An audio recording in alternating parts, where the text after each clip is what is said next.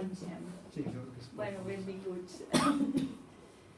Bueno, us presento a Leonardo Bolia.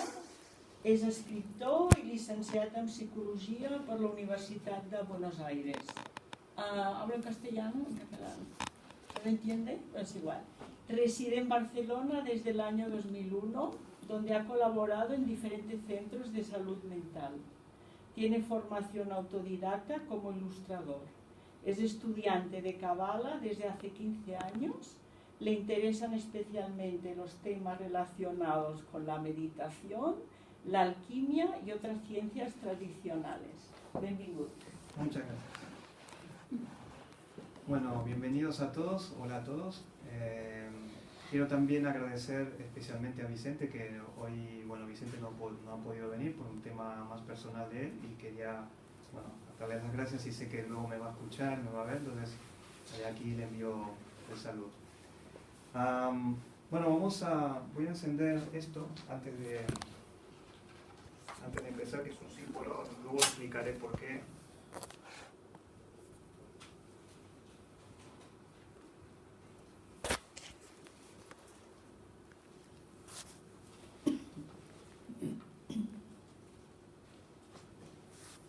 Como para marcar el inicio de, bueno, es una conferencia, pero es como si empezáramos, como si entráramos a un pequeño espacio sagrado. Entonces diferenciamos al encender la vela, vamos a diferenciar un poco todo lo que es el mundo cotidiano, lo habitual, y entramos en un pequeño espacio sagrado.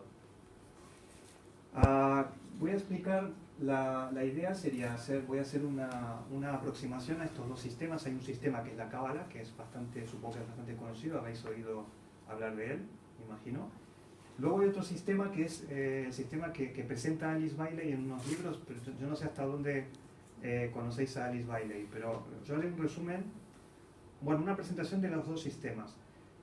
La Kabbalah, que es tan extensa, tan antigua y tan grande como para poder explicar en una hora, no voy a poder explicar todo, pero voy a hacer una pequeña introducción como para tener una idea de ciertos puntos y ciertas cuestiones para después poder comparar.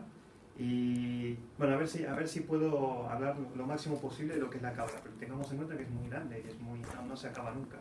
Se necesitan 40 años para vivir, luego 40 años de estudio y 40 años de práctica de la Kabbalah, del servicio, por lo tanto son 120 años para poder desarrollar la Kabbalah. Así que imaginaros que en una hora no se puede hablar tanto. Bueno, eso lo dice la tradición.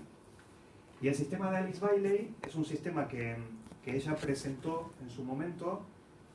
Tiene un maestro, tiene dos maestros. Ella reflejó en unos libros las enseñanzas de un maestro que no era el de ella, en realidad era otro maestro que quiso difundir una serie de enseñanzas, entonces se puso de acuerdo con Alice Bailey para poderlas presentar. Y el sistema, son dos sistemas, la Kabbalah y el sistema que presenta Alice Bailey, son dos sistemas que se parecen bastante, son sistemas que tienen una coherencia interna cada uno. Y la idea aquí en la conferencia es un poco mostrar si se pueden integrar, qué diferencias hay, qué similitudes tienen y ver que se parecen bastante en muchos aspectos y hasta se podría llegar a decir quizás que es lo mismo. Depende en qué nivel lo veamos, es prácticamente la misma, son dos sistemas muy parecidos. Voy a explicar, quiero comentar las fuentes también, de dónde saco fuentes, cuáles son mis fuentes para poder hablar de esto.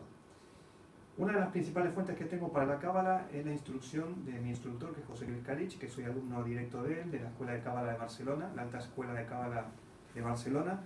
El 90 y pico por ciento de lo que sé lo aprendí en base a las instrucciones que he recibido de las clases con él. Luego hay investigaciones mías, personales, en las cuales, también he estudiado con otros instructores más, de los cuales he aprendido otras cosas también interesantes. Una fuente también de Kabbalah que voy a presentar en algún momento, un comentario, tiene que ver con Shimon Halevi, que es de Kabbalah Society de Londres. Shimon Ben Halevi también hace una presentación de la Kabbalah más clásica.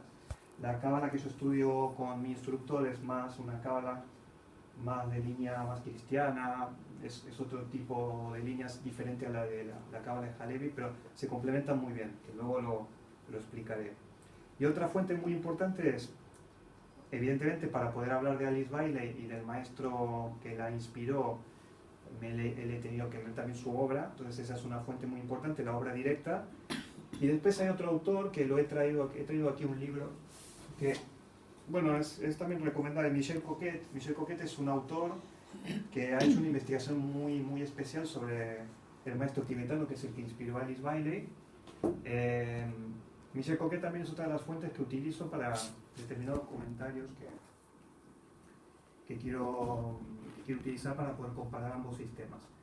Después, otra fuente es Torkon Saradarian, que es otro discípulo del maestro tibetano. Torkon Saradarian también es una persona que sabe bastante del sistema que presenta Alice Bailey, y también tomo cosas de él. Estas son mis fuentes más importantes. Entonces, vamos a empezar por lo primero. ¿Qué es Cábala? ¿Qué es la Cábala? Bueno, la Cábala, aquí como podéis ver, hay como 3 formas de escribirla, 4. Hay una forma de escribirla que es en hebreo, Pop, Bet, Lamed, Hei, son las 4 letras que definen la palabra Cábala, que se lee de derecha a izquierda. Se puede escribir como dice arriba, Cábala. Lo que pasa es que la palabra Cábala con C es bastante común, se utiliza mucho, pero a veces se suele utilizar también para hablar de la lotería. Hago cábalas o hago cosas por el estilo, ¿no? La palabra de arriba está como muy popularizada, no refleja exactamente lo que es la cábala en sí. Luego hay 2 maneras de escribir, que es con K, cábala pero con K, y cábala con Q. En realidad, la primera letra que tenemos aquí, que es Kof, quizás es más bien Q. Por lo tanto, sería quizás la más correcta esta. Pero habitualmente los cabalistas clásicos suelen utilizar la primera, la que es con K, y los cabalistas más esotéricos o más relacionados con la cábala cristiana o la cábala esotérica utilizan más el que va con Q. Pero en definitiva es lo mismo, es la misma palabra. La cábala tiene 2 líneas, básicamente, 2 líneas principales: cábala clásica, cábala esotérica, que es un poquito la introducción que les he dado ahora. ¿Qué tenemos aquí? Cábala clásica. Aquí hay unos señores que, como se puede ver, no sé si veis las características que tienen estos señores, son seguramente religión judía, están en una yeshiva, que la yeshiva es una escuela, puede ser que sea una escuela talmúdica, pero las escuelas de cábala también tienen una disposición así. ¿Qué detalle tiene esta foto? Todos son hombres, exacto, todos son hombres. ¿Hay algún hombre joven? Tampoco. Bueno, el que está en el medio puede ser bastante más joven, pero en general son hombres con una cierta edad y son todos hombres, y todos de religión judía. La cábala clásica apunta a que tú, para estudiar cábala, tienes que tener 40 años mínimo, tienes que haber vivido, tienes que estar casado y tienes que ser hombre. Si eres mujer, eres más joven de 40 y no eres judío, no podrías estudiar cábala. Básicamente sería la línea más ortodoxa y clásica, cábala clásica ortodoxa. Pero luego ha surgido otra línea, que es la cábala liberal, que quizás es más conocida porque actualmente hay una mujer que se llama Karen Berg, que desarrolló lo que es no sé si lo habéis visto, cábala, la marca creo que es Centro de Cábala, creo que se llama la marca de esta línea de trabajo, que hay una mujer, antes estaba su marido, que se hizo muy famosa esta línea porque Madonna, la cantante Madonna, se inscribió y empezó a estudiar cábala con esta gente.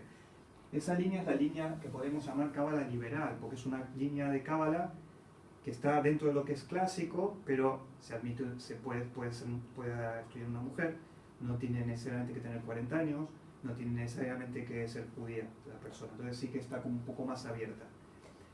En el caso de la línea de Karen Berg, sí que es verdad que después de ciertos niveles, sí que esa línea tiende más al judaísmo, tiende más a entrar en la práctica de la religión judía.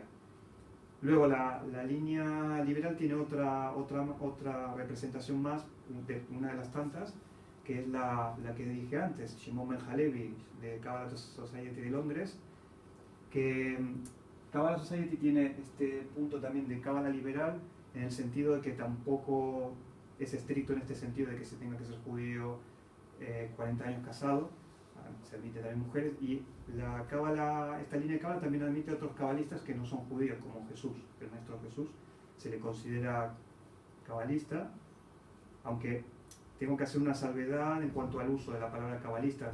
La palabra cábala, tal como la utilizamos, proviene más bien de la Edad Media, del siglo XII. No es que Jesús haya sido un cabalista, pero Jesús tenía una serie de enseñanzas que se pueden interpretar a la luz de la cábala y se podría decir que quizás Jesús tenía este conocimiento. Luego, la cábala esotérica es la cábala que, como podemos ver aquí hay un templo masónico. La cábala esotérica es un tipo de cábala que es más bien deriva también de la cábala clásica y tiene una influencia más de la cábala cristiana, que da lugar a que tradiciones como la masonería, el martinismo, la alquimia o la tradición Rosacruz puedan utilizar este conocimiento, que es el conocimiento de la cábala. Y aquí tenemos un ejemplo de cábala cristiana.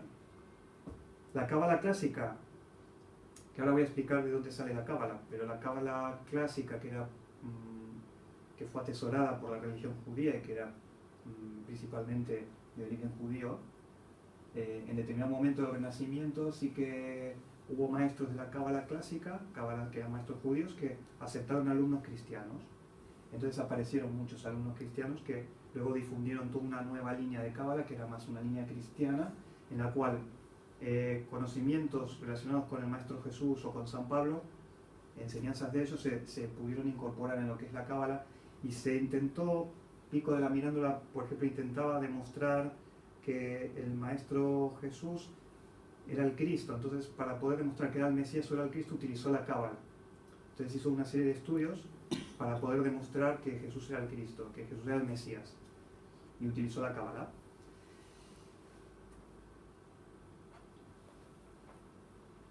Bueno, aquí tenemos una imagen del monte Sinaí. No sé si alguien ha estado en el monte Sinaí. El monte Sinaí es el monte donde Moisés, en su momento, cuando él guió al pueblo hebreo, que los sacó de Egipto, conocéis la historia, supongo que la historia es más o menos conocida. El pueblo hebreo estaba esclavizado en Egipto, entonces apareció una persona que era Moisés. Se dice que Dios estaba pendiente de lo que estaba pasando en el pueblo, entonces llegó el momento en el cual el pueblo tenía que ser liberado de Egipto. Entonces apareció la figura de Moisés, que fue el gran libertador. Entonces Moisés los sacó de Egipto, los guió hacia el desierto, y en el desierto estuvieron 40 años en la península del Sinaí, ahí dando vueltas, que bueno, es un símbolo, ¿no? Porque creo que si vamos a pie no tardaremos 40 años, ¿no? En llegar a Palestina, creo que sería muy rápido. Pero bueno, el símbolo dice que ellos estuvieron dando vueltas 40 años porque la generación antigua, la generación que venía de Egipto, tenía que purificarse de alguna manera, entonces se quedaron 40 años, la generación antigua murió, los más jóvenes crecieron, nacieron personas nuevas y se renovó todo el pueblo. Entonces Moisés en determinado momento subió al monte Sinaí y les entregó la ley. Ahora bien, todo esto es muy simbólico. Ahí hay una serie de inscripciones que sintetizan un poquito lo que es la cábala. ¿Cábala qué significa? Cábala proviene de una palabra, de un verbo que es recibir, que puede ser entendido como ser recibido, que es kibel, que significa recibió. Dice Moisés recibió la Torá. Este acto de recibir o de recepción es la traducción literal de cábala. Cábala en hebreo significa recepción. ¿Qué es lo que recibe una persona, un cabalista, una persona que practica la cábala? Tiene que recibir una expresión superior. A Moisés se llamaba Moshe, Mem, Shin, Hei, significa extraído de las aguas. Moisés se supone que vivió en Egipto, y algunos dicen que su nombre proviene de Mosis, como los faraones, que Tutmosis, y este término Mosis podría ser el origen, en realidad su nombre puede tener un origen egipcio. Sin embargo, a la Biblia lo traduce como extraído de las aguas. Entonces, simbólicamente, ¿qué podemos entender de esto? Que no era una persona común y corriente. Una persona común y corriente no tiene esta capacidad tan desarrollada de recibir algo como la Torá, ¿no? Que es la ley, la instrucción, el Pentateuco, la tradición, que eso se puede entender también en forma simbólica. No solamente la Torá. Se suele llamar Torá al Pentateuco, que son los primeros 5 libros de la Biblia. Pero Torá también lo podemos tomar como como sinónimo de ley, interpretarlo más en un sentido simbólico, ¿no? Como la percepción de la ley del cosmos, de la ley de cómo funciona la realidad, lo podemos llamar también así, ¿no? Y todo el conocimiento de la Cábala que nos permite a nosotros desarrollarnos espiritualmente lo podemos considerar como instrucción. Entonces, alguien que fue extraído de las aguas recibe una instrucción, o tiene la capacidad de recibir la instrucción. Las aguas lo podemos interpretar como la gran humanidad, la humanidad común en general, todo lo que es el mundo emocional, el alma grupal. Entonces, una persona que tiene inquietudes espirituales empieza a trabajarse a sí mismo, sale, se extrae de esas aguas, alcanza a salir. Entonces, en ese sentido nos convertimos en un estudiante espiritual que nos parecemos un poco a Moisés, hablando de las distancias, pero somos extraídos de las aguas de la gran masa humana, de la humanidad en general, la humanidad, que toda la humanidad tarde o temprano acabará saliendo de las aguas, pero me refiero a que hay diferentes momentos y diferentes trayectorias. Entonces, para poder recibir la instrucción, para tener la capacidad de recibir, hay que ser extraído de las aguas. Moisés recibió la Torá. Esa frase nos resume un poco lo que es la Cábala o la relación del hombre con la Cábala, de la humanidad con la Cábala, hombre o mujer con la Cábala. Bueno, aquí explico brevemente lo que es la Torá, que ya lo dije hace un momento, que es una ley, una enseñanza, una instrucción. Se compone de 5 libros, Génesis, Éxodo, Levítico, Números y Deuteronomio, que se atribuyen a Moisés. Son muy conocidos, son los primeros libros de la Biblia cristiana también los tiene. La Biblia hebrea les nombra como Torá, utiliza ese nombre. Se supone que el autor es Moisés, pero bueno, los estudios académicos indican que hay muchos autores, se recopiló en diferentes épocas. El pueblo hebreo, bueno, salió de Egipto, luego fue deportado, estuvo viviendo en Palestina, se convirtió en un reino, luego fue deportado a Babilonia. En Babilonia hubo modificaciones también.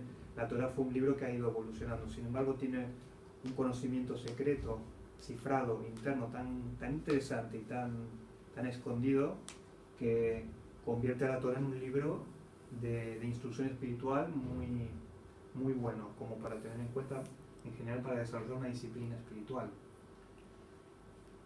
Bueno, este es un comentario por extensión. La ley judía, la Biblia, el Talmud y los comentarios. El Talmud es un libro que se hizo posteriormente en relación a los comentarios que se hacen de la Biblia. Entonces, a veces por extensión se habla de Torah como también incluyendo el Talmud y todos los comentarios de los 2 libros. Entonces, esto sí que es muy importante. Aquí tenemos un concepto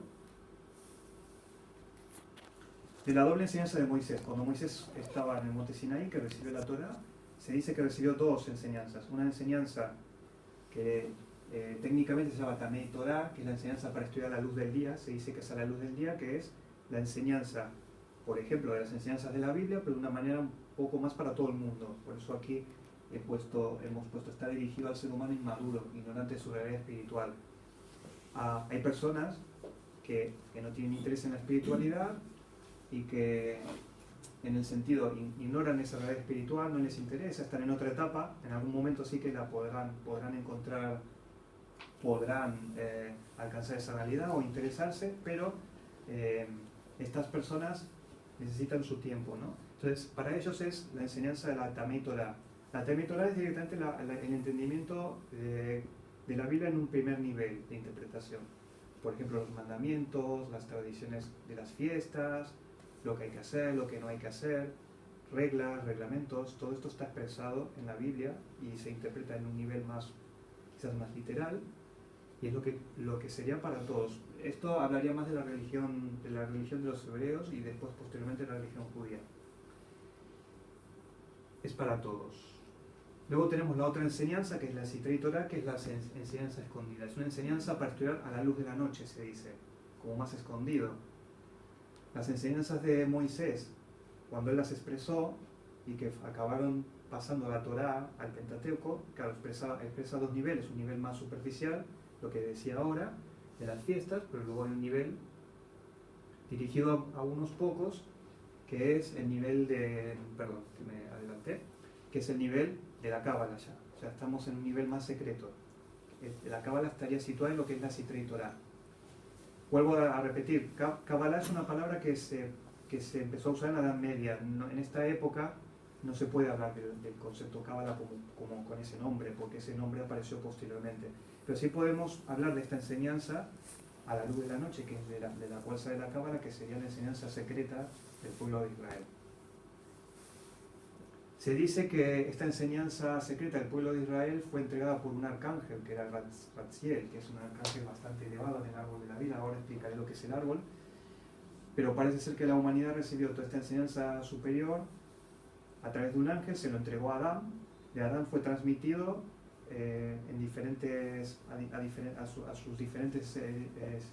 a su descendencia. Luego Abraham volvió a recibir la misma enseñanza, y Moisés también en el monte Sinaí. Entonces hay una transmisión de esta enseñanza secreta y antigua. Se dice tradicionalmente que desde el origen de la noche de los tiempos, ¿no? Desde el origen de la humanidad. De todas maneras, académicamente podemos decir que la cábala puede que provenga más bien del Antiguo Egipto. Luego hubo una evolución, luego se modificó en la deportación de Babilonia. Digamos que hay más raíces, otras raíces que se pueden valorar a nivel académico. La cábala permite entender, nos da las herramientas que necesitamos para poder entender dos cosas: el cosmos en general, el funcionamiento de la realidad, y la persona en sí. Entonces podemos hablar de macrocosmos. Macrocosmos es el universo en sí mismo. El microcosmos es el ser humano, que el ser humano es un reflejo de ese macrocosmos. Por eso al ser humano se le puede considerar un microcosmos. Hay como una analogía. Este dibujo intenta representar esto, ¿no? El macrocosmos y el microcosmos como un reflejo de lo superior. Hay un reflejo de lo superior y lo inferior. Macrocosmos, microcosmos. Luego, cuando en el Génesis Dios crea al hombre, dice: hagamos al hombre a nuestra imagen y a nuestra semejanza. Esa frase que aparece en el Génesis habla un poco de esta idea, ¿no? Hagamos al hombre a nuestra imagen o semejanza. Ahí está hablando de un reflejo. Hay un nivel superior que luego se refleja en un nivel inferior, que es el hombre, ¿no? El ser humano. ¿Cómo podemos estudiar el macrocosmos? ¿Y cómo podemos estudiar el microcosmos? Pues bueno, hay dos maneras. Una manera es esta, que supongo que la palabra Merkabah, que aparece mucho en internet, no sé si la habéis visto, Merkabah. Hay como un cacharrito con un montón de líneas y no sé qué, que se llama, bueno, cacharrito, o una especie de figura geométrica que se le dice Merkabah. Merkabah realmente sale de la Biblia. Mashiach Merkabah se denomina el trabajo de la carroza. ¿Por qué? Porque hay una escena en el libro de Ezequiel donde aparece un ovni. ¿Saben esto? El ovni que baja, un ovni, salen luces extraterrestres. No, es más en broma. Hay una imagen en la Biblia que, bueno, Von Daniken es un escritor de estos de los años 70 que dijo: bueno, en Ezequiel aparece una especie de nave extraterrestre, porque se relata que Ezequiel el profeta estaba en un lugar pendiente del mensaje de Dios. Entonces desciende del cielo una especie de carro con ruedas, con varias ruedas. Hay una figura en la cima que está en un trono, una figura resplandeciente. Luego hay una expansión. Entonces Von Daniken dijo: es un ovni esto. Entonces después apareció un ingeniero astronáutico de la NASA, no sé qué, que lo diseñó y todo. Hizo como una especie de cohete basándose en la Biblia. Es interesante. No creo que sea un ovni, pero bueno, era una visión del profeta Ezequiel, que él lo visualizó como carroza. Los cabalistas dicen que lo que él visualizó en realidad es esto, el árbol de la vida. Que él vio desde su posición, que es la posición del ser humano, vio cómo estaba constituido el universo. Y lo percibió como si fuera un carro. Entonces, claro, en la cima estaba la figura de la deidad como una forma de hombre resplandeciente, que podríamos asociarlo a esta parte del árbol de la vida. Luego el trono lo podemos buscar un poquito más abajo. Las ruedas, dentro de ruedas pueden ser ciclos o pueden ser devas, ángeles que estaban, los tronos, porque hay toda una tradición en la Cábala sobre angelología, sobre el estudio de los ángeles y los arcángeles. Entonces él probablemente lo que él percibió fue todo esto, fue una manifestación de una visión de cómo funcionaba el mundo y cómo podía funcionar el cosmos. Entonces él le llamó la carroza, y los cabalistas lo han denominado así, Mashiach Merkabah, y consiste en el estudio del hombre y el universo interior. Es un estudio, o sea, desde nuestra personalidad, mirando hacia arriba de alguna manera, mirando ese carro que está encima, y es el estudio del hombre mismo. Luego hay otro estudio que le llaman Maché Bria, que es el trabajo de la creación, que es el estudio del cosmos desde el punto de vista de la Cábala, que sería mirarlo un poquito al revés también, ya no desde el hombre interno, sino intentar ver cómo funciona el cosmos como macrocosmos, cómo funcionaría, cómo podemos entender desde la Cábala el funcionamiento del universo. ¿Alguna pregunta hasta aquí? Porque yo pensaba dejar las preguntas hacia el final, pero si hay alguna duda o voy muy rápido. Ahora voy a presentar determinadas herramientas que da la Cábala. Ya digo, la Cábala es inmensa, es mucho lo que se puede hablar, pero voy a hacer unas pinceladas de cosas de pequeñas herramientas que podemos utilizar en la Cábala para poder hacer esos dos estudios que mencioné antes, tanto la Merkabah como la Maché Bria, el estudio del cosmos como el estudio de uno mismo, y sobre todo para poder extraer el conocimiento de las enseñanzas de los maestros y poder luego aplicarlos al desarrollo espiritual. Gematría es una palabra que significa tratamiento de las letras hebreas por su valor numérico. El alfabeto hebreo tiene, aquí se ve, bueno, esto es un rollo de la Torá que está abierto y aparecen, bueno, aquí aparecen dos columnas de textos hebreos donde aparecen todas las letras hebreas puestas en secuencia. Cada letra hebrea tiene una equivalencia en números. Entonces, es posible tomar una palabra en hebreo. Vamos a tomar aquí una palabra en hebreo, por ejemplo. Aquí dice Geburah. Entonces, por ejemplo, la letra Gimel, que es la primera, la letra Bet, la letra Bau, la letra Resh y la letra Hei. Cada letra de estas que acabo de nombrar tienen un número, un valor numérico. Entonces, si nosotros sumamos ese valor numérico, nos va a dar un número, y ese número muchas veces coincide con otro número que también es la suma de otras letras que corresponden a otra palabra. Entonces, los cabalistas dicen que esas dos palabras que coinciden en el mismo número tienen una vinculación. A partir de esa vinculación se puede extraer una enseñanza. La gematría, hay muchos niveles de gematría y muchos estilos.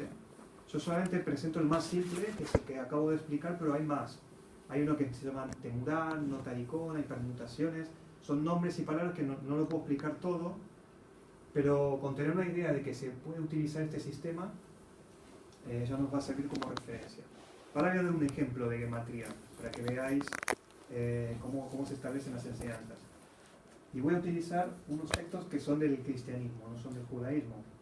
Son dos textos que salen del Evangelio de Jesús, del Evangelio de Lucas y de Marcos, que tiene que ver con una escena de la vida de Jesús.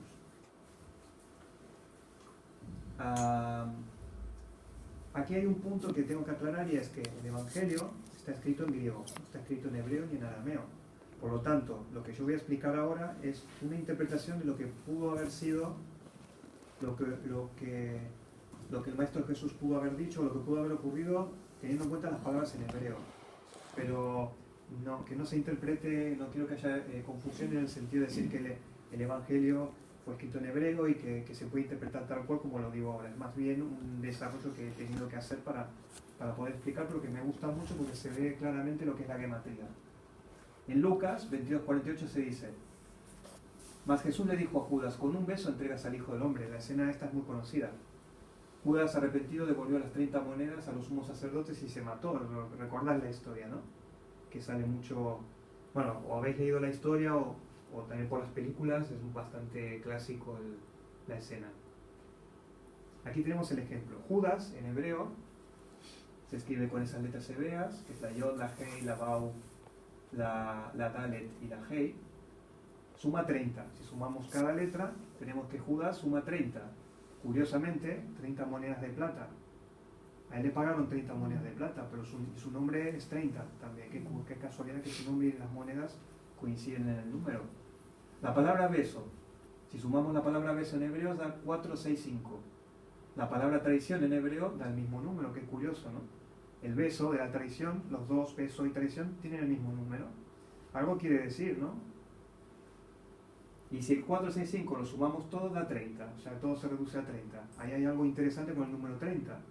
Algo en la vida de Jesús, cuando Jesús vivió esa escena con Judas, algo quiso decir. O sea, este es el estudio de la gematría en Cábala. O sea, nosotros podemos leer la escena de Judas y la traición como simplemente como un relato, bueno, de la vida de Jesús, pero si queremos ir más profundamente, algo debe de haber más, porque los números coinciden. Si nosotros buscamos el 465, que yo ahora no tengo aquí el diccionario de Cábala, de gematría, pero seguramente hay más palabras asociadas a beso, más palabras asociadas a tradición. Entonces, seguramente cuando Jesús vinculó todas estas palabras, o el evangelista, no tanto Jesús, porque Jesús no es que no es que él haya dicho algo en particular sobre esto, hay un evangelista que transmitió esto. El evangelista se ocupó de poner estas palabras. ¿Y él qué quiso decir el evangelista esto? ¿Era cabalista también? ¿Tenía un conocimiento de la cábala y por eso lo puso? ¿O es casualidad, quizás, que los números hayan coincidido? Solo una cosa, para aclarar el término. Sí. El número suma entiendo que es como un factorial, pero de suma 30 más 29 más 28 más 27. Porque No. si no, no. Suma 30. Sí, Ah, claro. es 15 y 15. Pero beso y traición Sí, sí es que bueno. suman 30 entre los dos. Sí, Entre los dos, entre los dos. Sí, la palabra número suma se llama suma teosófica. Sí, es exactamente lo que estás aclarando. Ese suma va sumando, porque eso se llama numerología teosófica. Si no lo he aclarado, te agradezco mucho. Sí, porque si no, no coincide. Los demás sí. Pero digamos, son interpretaciones porque la gematría la más simple es lo que hacíamos antes, ¿no? De sumar las palabras como para que, por ejemplo, la palabra Judas para que dé 30, pero luego hay varias maneras de relacionarlo. La suma teosófica es una. A ver, Judas da 30. Pero entonces se supone que cada letra judía tiene un valor, se le ha dado un valor numérico por alguna razón. Sí, el valor numérico lo tiene asignado. Vale. Digamos, hay un orden, porque en el hebreo, por ejemplo, los números se representan también con letras, entonces hay una relación en este sentido. Entonces, Y en beso da 465, que es mucho más que 30. O sea, que entiendo que no son números, sí, del 1 al 10.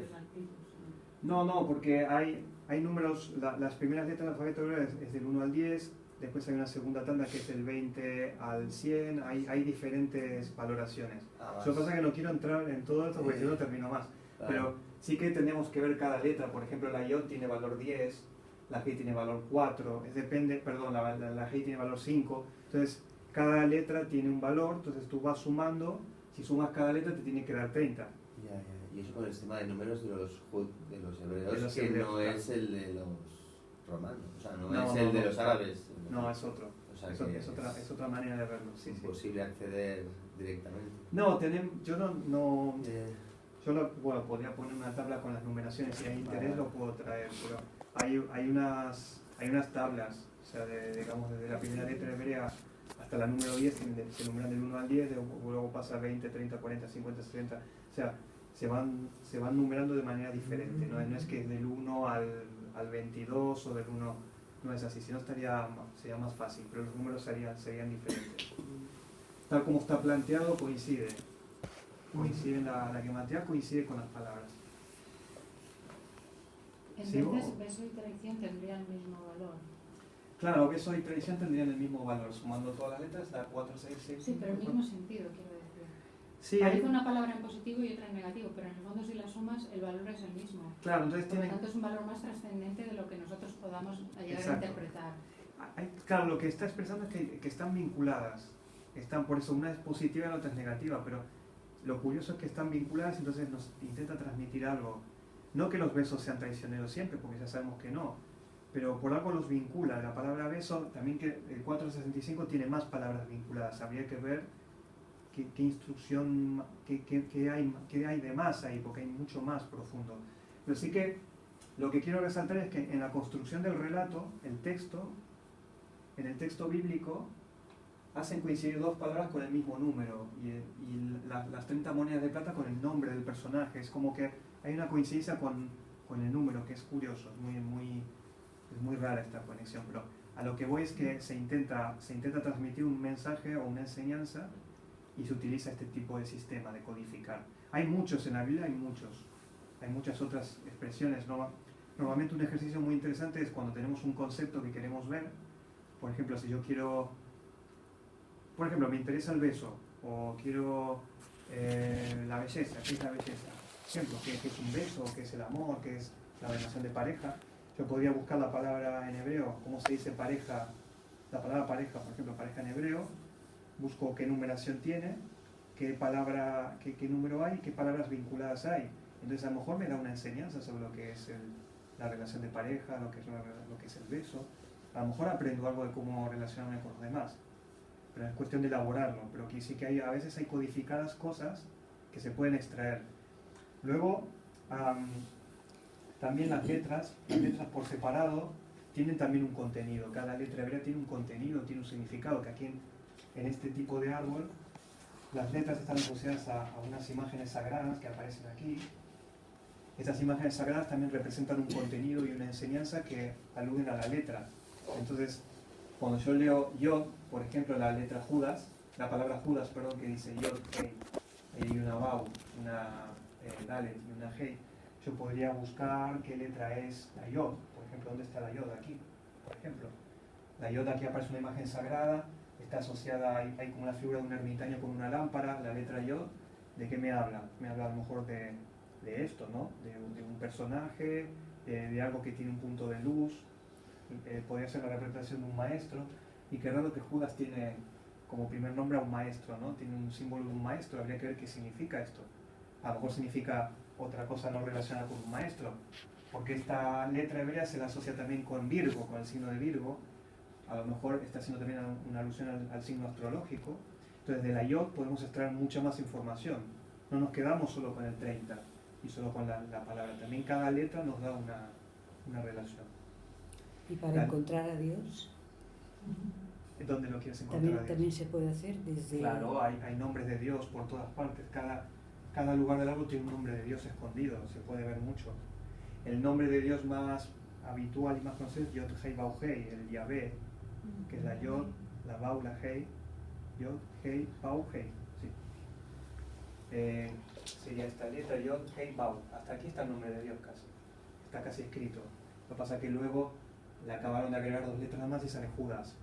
Pero el nombre de Dios está ahí. Ahí faltaría Yod Hei Bau, faltaría una Hei más. Si sacamos esta, la Dalet, nos queda el nombre de Dios. Eso es curioso. El nombre de Judas tiene a Dios adentro y es Judas. ¿Será que a lo mejor se desvió, se desequilibró mucho y traicionó? ¿Será que la traición y el beso no es lo que parece? A lo mejor es otra cosa. Es una metáfora. A lo mejor no hubo traición realmente. Habría que ver qué pasó. Pero es curioso que el nombre de Dios está ahí también, escondido.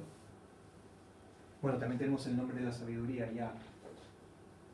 Si ponemos Yod y Hei, eso es Ya, significa sabiduría. Bueno, no significa sabiduría, es el nombre de Dios atribuido a la esfera de la sabiduría. Por lo tanto, Judas tiene la sabiduría también en su nombre.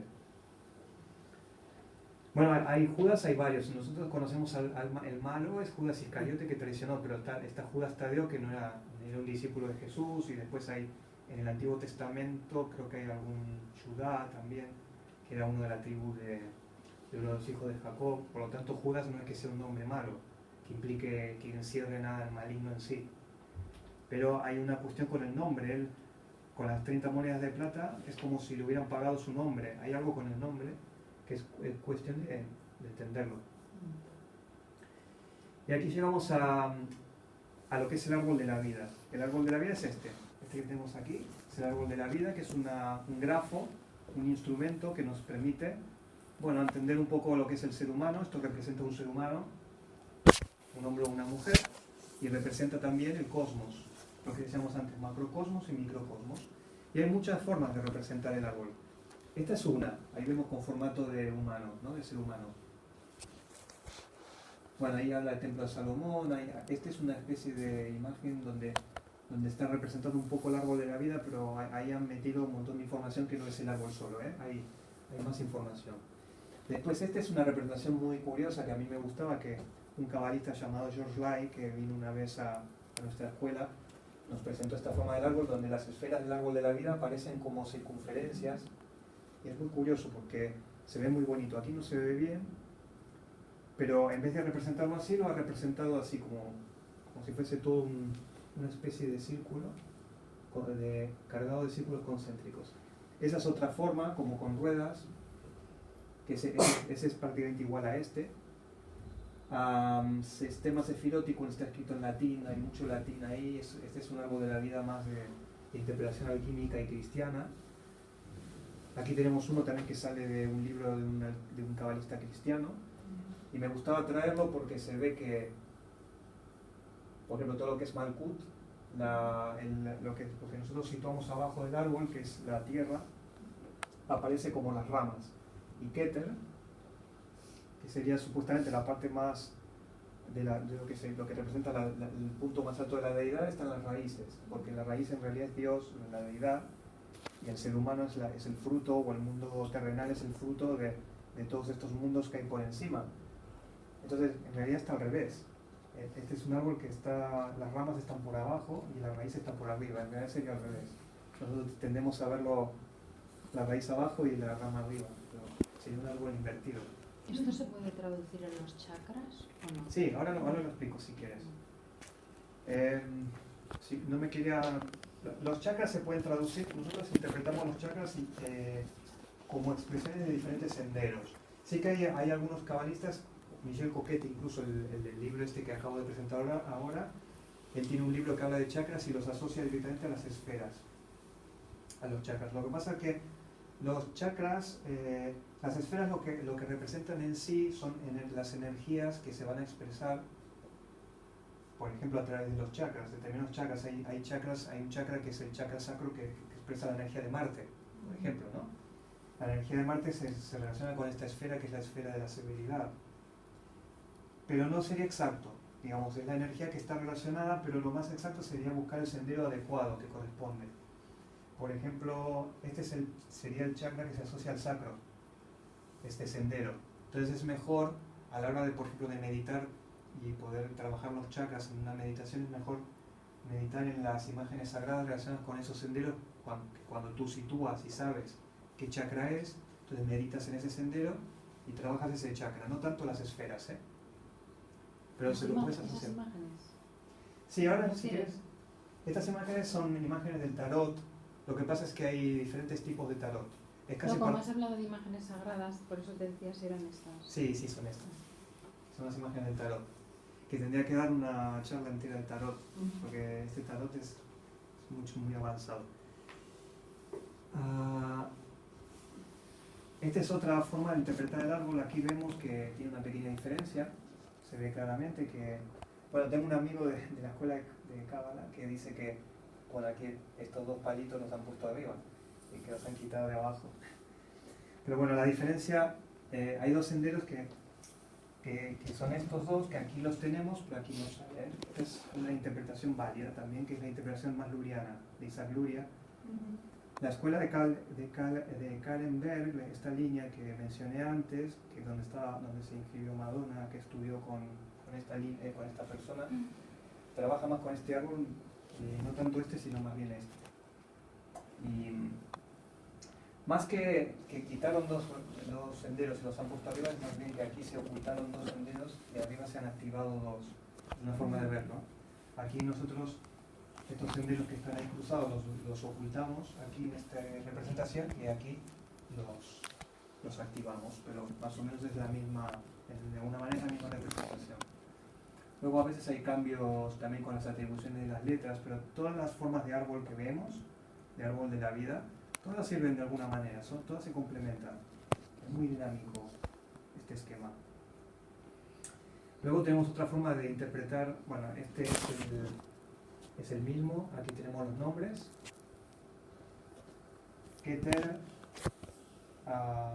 Jomá, Binah, con sus interpretaciones, Gesed, Geburah, Tiferet, Netzach, Hod, Yesod y Malkut. Estos serían los nombres hebreos. Aquí los vemos en castellano. Keter, corona, Jomá, sabiduría, entendimiento, Binah, Geburah, severidad, misericordia, Gesed, Tiferet, belleza. Netzach lo traducimos como victoria, Hod como esplendor, aunque hay otros cabalistas que les ponen otros nombres a veces, no es exactamente porque esa es una de las formas de mencionarlos. Es mejor a veces en hebreo. Yo estoy muy acostumbrado a nombrarlos en hebreo, y no tanto traducirlo en castellano, pero tienen su sentido, ¿eh? Cada traducción que se hace tiene un sentido específico. El fundamento Yesod y Malkut, que es el nivel más bajo, que es el de la tierra. Ahora, nosotros ahí, bueno, ahí pusimos el reino, pero ahora voy a explicar cada esfera lo que significa. Rápidamente, para no atosigar mucho. Esta es otra forma de ver el árbol de la vida, que es, como veréis, es lo mismo, es esto, pero desplegado en cuatro niveles diferentes. Es lo mismo, pero están como superpuestos 4 árboles. Esta es una forma de hacerlo de uno de nuestros instructores, que es Shimon Ben Halevi, lo presentó una vez así. Se le ha dado este nombre, escalera de Jacob, y en realidad lo que nos permite trabajar son los 4 mundos de la Cábala, que tampoco no voy a entrar hoy en esto porque también me voy a extender demasiado. Pero bueno, hay 4 mundos: Atzilut, Briah, Yetzirah y Asiat. Atzilut es el mundo más arquetípico de los nombres divinos, Briah es el mundo de las imágenes, que está muy muy bien ejemplificado con estos colores, este árbol que vemos aquí. Yetzirah es más el mundo de la formación, es un mundo más próximo al mundo físico, y Asiat es prácticamente ya el mundo físico, es directamente ese mundo. Entonces aquí tenemos una forma de representarlo así, que es más complejo, y si lo juntamos esto con lo que explica Alice Bailey, ya veremos que será todavía más complicado todo. Esta es otra forma de representarlo, el famoso cubo del espacio, que lo vemos así, no tiene nada que ver con esto, ¿no? Está muy muy diferente. Pero es otra forma de ver el árbol. Aparece más destacados, las esferas no aparecen visiblemente aquí, pero se pueden situar de alguna forma, y están representados sobre todo los senderos, y están conectados de una manera que nos permite entender el árbol de otra forma. No es exactamente el árbol de la vida porque las esferas no están situadas, aquí se trabaja más bien con senderos, pero se pueden derivar, entonces ahí tenemos una idea de que puede ser una representación del árbol también.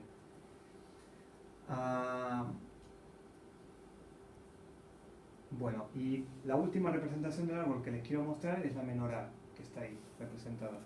La menorá también es este candelabro de 7 brazos, también es el árbol de la vida. La religión judía no es que lo vea de esa manera así tan fácilmente, ¿no? La religión no lo contempla de esta manera, pero los cabalistas dicen que en el templo de Salomón, en el templo de Salomón también, pero en el tabernáculo se construyó un candelabro de 7 brazos para representar el árbol. La vela que está encendida representa esta esfera de aquí, que es la corona. Y después, los distintos espacios que vemos aquí, voy a pasar por aquí delante, estas distintas copitas que aparecen, que son para poner las otras velas, representan distintas esferas. Simplemente es poner la menorá aquí delante y sale bastante fácil. Pues es como si estas esferas de los costados se levantaran y formaran los 7 brazos. ¿Se ve más o menos? Lo que yo no entiendo es Sí.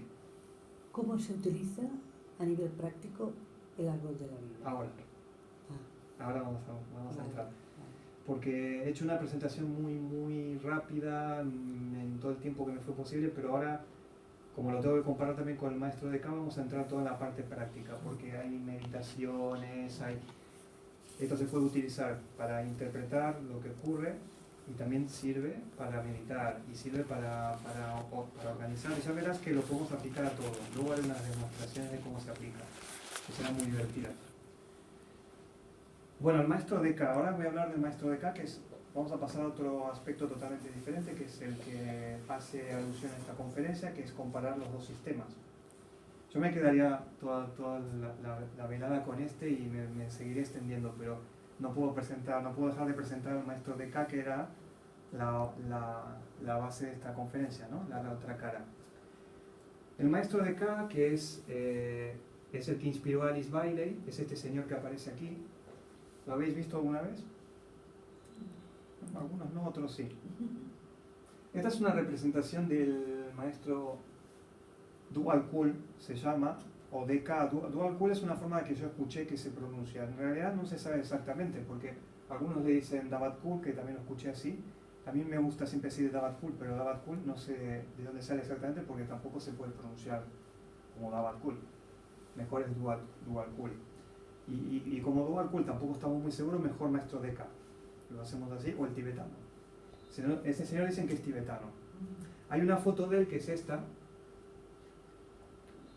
que en Escuela de Misterios, que es donde la editorial que publicó muchos libros de este autor y que es donde está vinculada a nuestra escuela de Cábala, bueno, presentó una vez en una de las revistas esta foto, que se supone que es una foto original, que sale de una fuente teosófica, donde se ve el maestro Dualkul, a él, le han sacado una foto a él, en carne y hueso.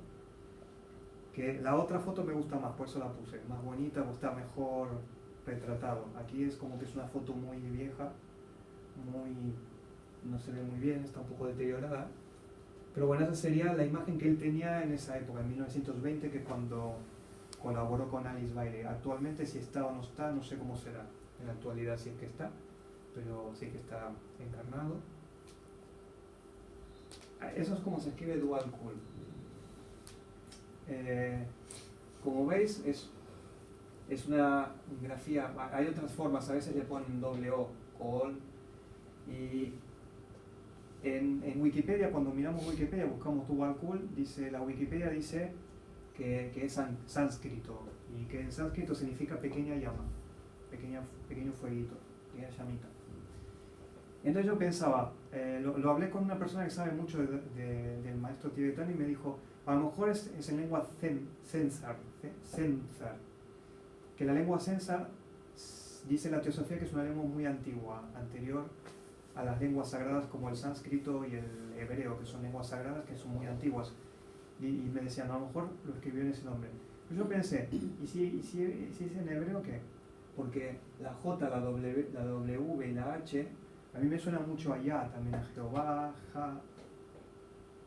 Entonces se me ocurrió hacer esto y digo, voy a poner en hebreo, a ver cómo queda. Leo, solo una cosa, cuando hablas de lengua sagrada, ahí viene a extender un poco qué quiere decir eso, ¿no? Una lengua sagrada, ¿qué diferencia hay entre una lengua que no lo es?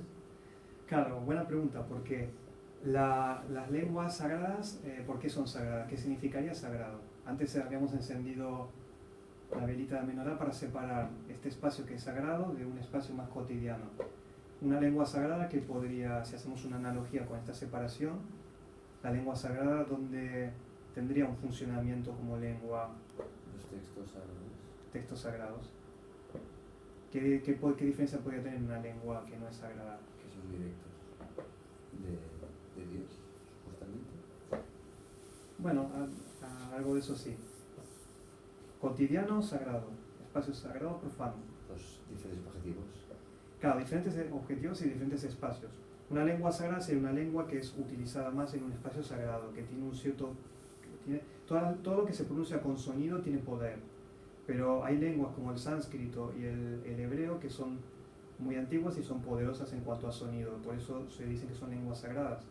Y se utilizan mucho en espacios sagrados. Transmiten una información que es sagrada y tienen algunas correspondencias muy, como hablábamos antes de la gematría, que permiten hacer estos juegos que se pueden utilizar en un espacio más bien sagrado.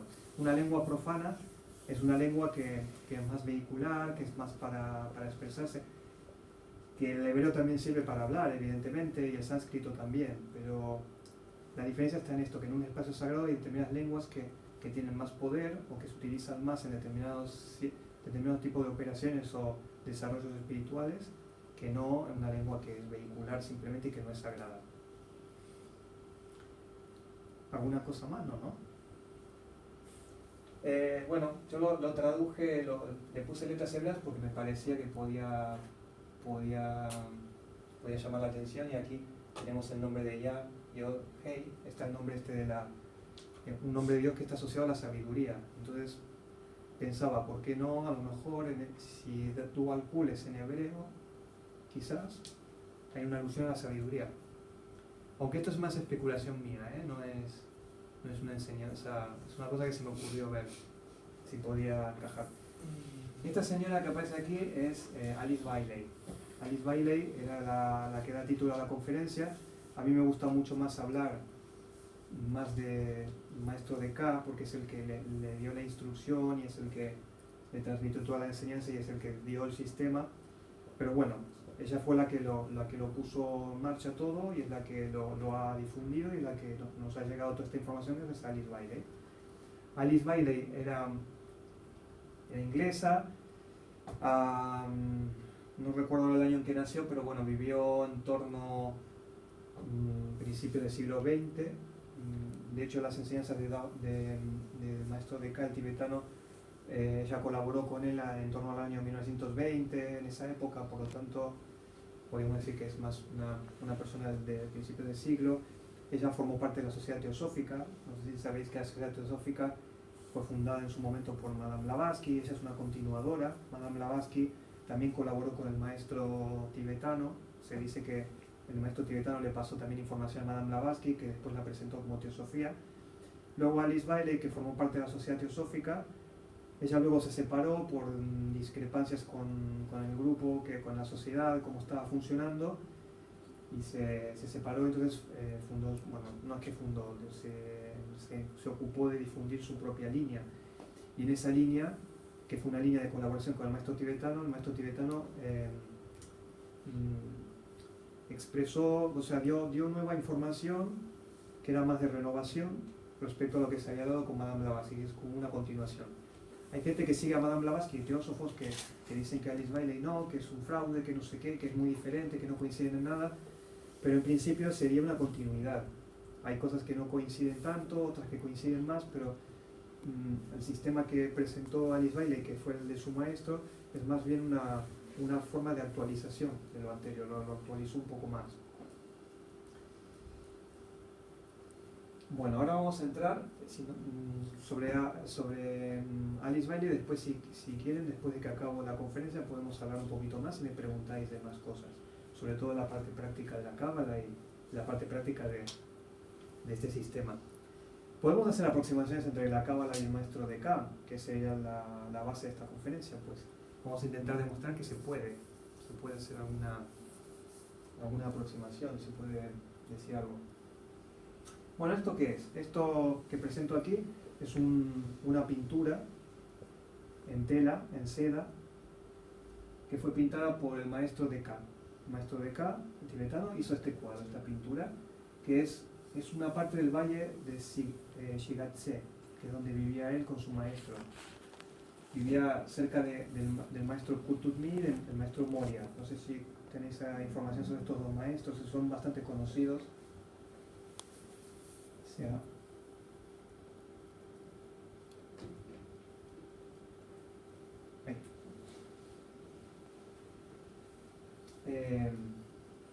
Bueno, él hizo un retrato del valle donde él vivía.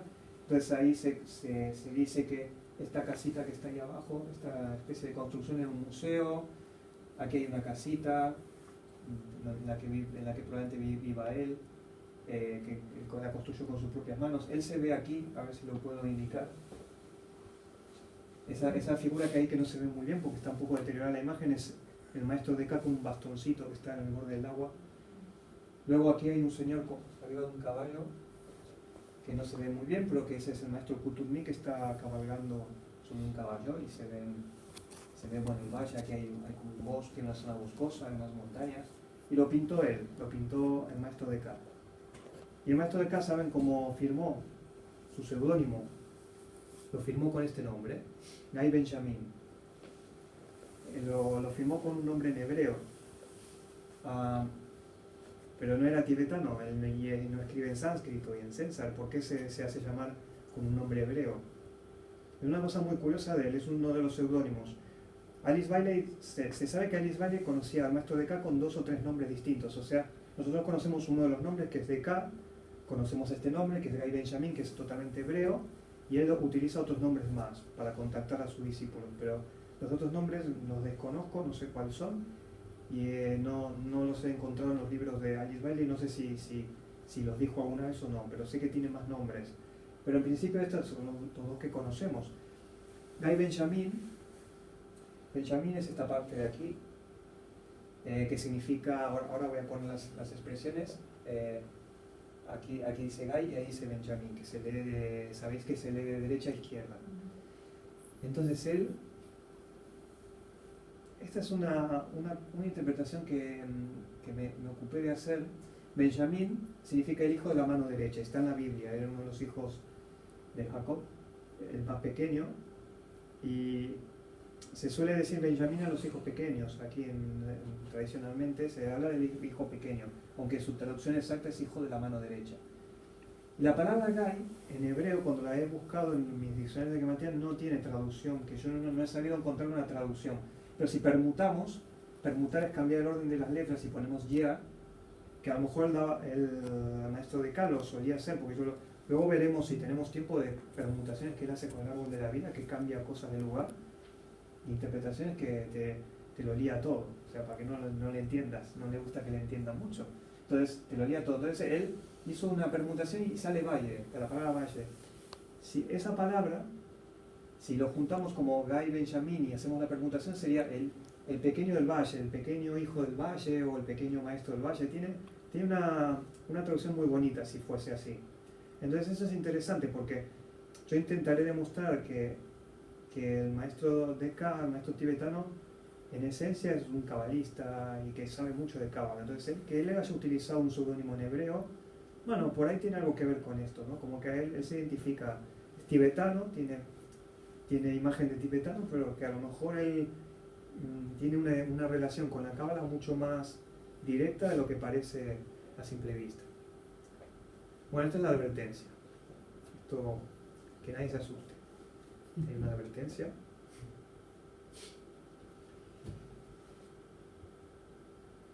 Bueno, ¿la advertencia cuál es? La advertencia es una salvaguarda para mí también. Yo ahora voy a intentar relacionar todo lo que sea posible entre los dos sistemas, el sistema de la Bátcula tibetano y el sistema de la Cábala, pero puede haber muchas discrepancias entre los dos sistemas. ¿Por qué puede haber esta discrepancia o por qué puede haber algunas diferencias que no podamos conciliar? Porque el maestro de K escribe para diferentes niveles de estudiantes, no escribe para todos igual.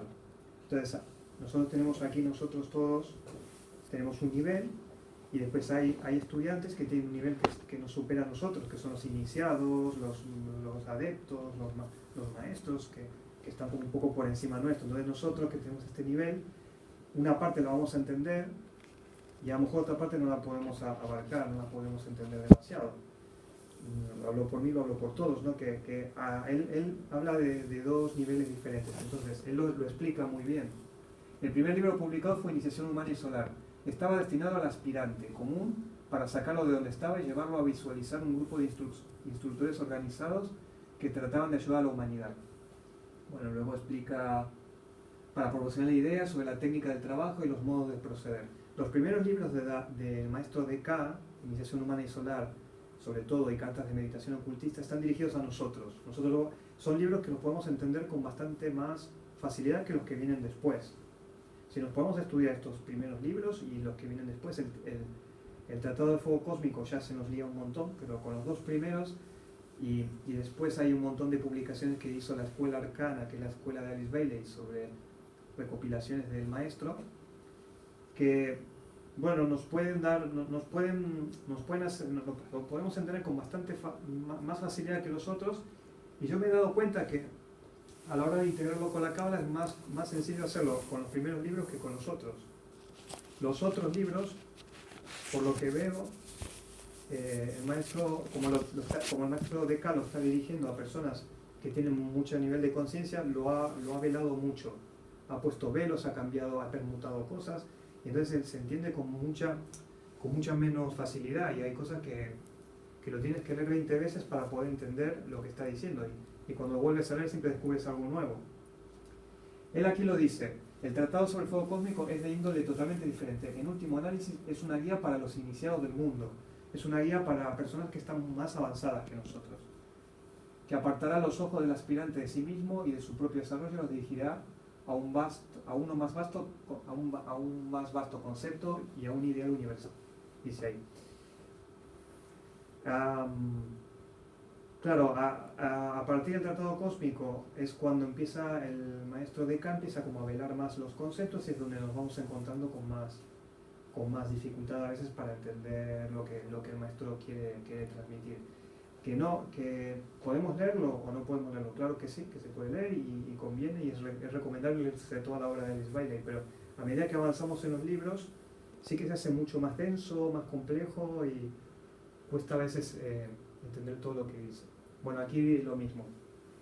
Hay símbolos, frases arcaicas, y aquí los ponen. Se han velado las verdades y principios que están en la raíz del proceso creador. Hay velos. Cuando vamos avanzando en la enseñanza del maestro de K, y lo intentamos poner pues, junto con el árbol, e intentamos integrar, nos encontramos con los velos. Los velos, la información que no acaba él de darla del todo completa, porque también falta una revelación posterior, o sea que él no lo dio todo. Creo que aquí lo dice.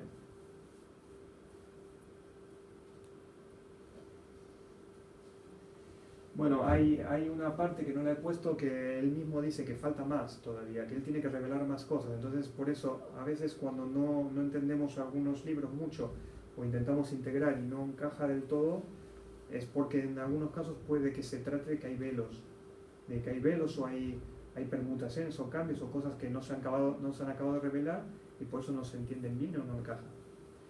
Eso sí, cada sistema, tanto la Cábala como el sistema del maestro tibetano, coinciden perfectamente.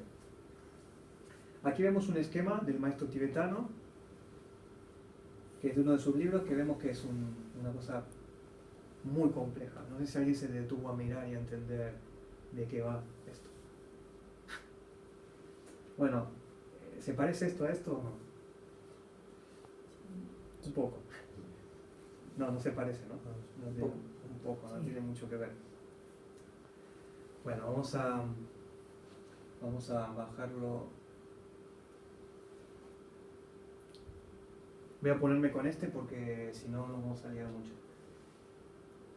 Aquí, ¿qué tenemos? Tenemos dos partes diferentes, ¿no? Hay una parte aquí arriba y una parte aquí abajo. En realidad, esta parte que está aquí abajo, que habla de la jerarquía de los maestros, que es lo que él desarrolló en el primer libro, Iniciación Humana y Solar, este esquema también aparece en el Tratado del Fuego Cósmico.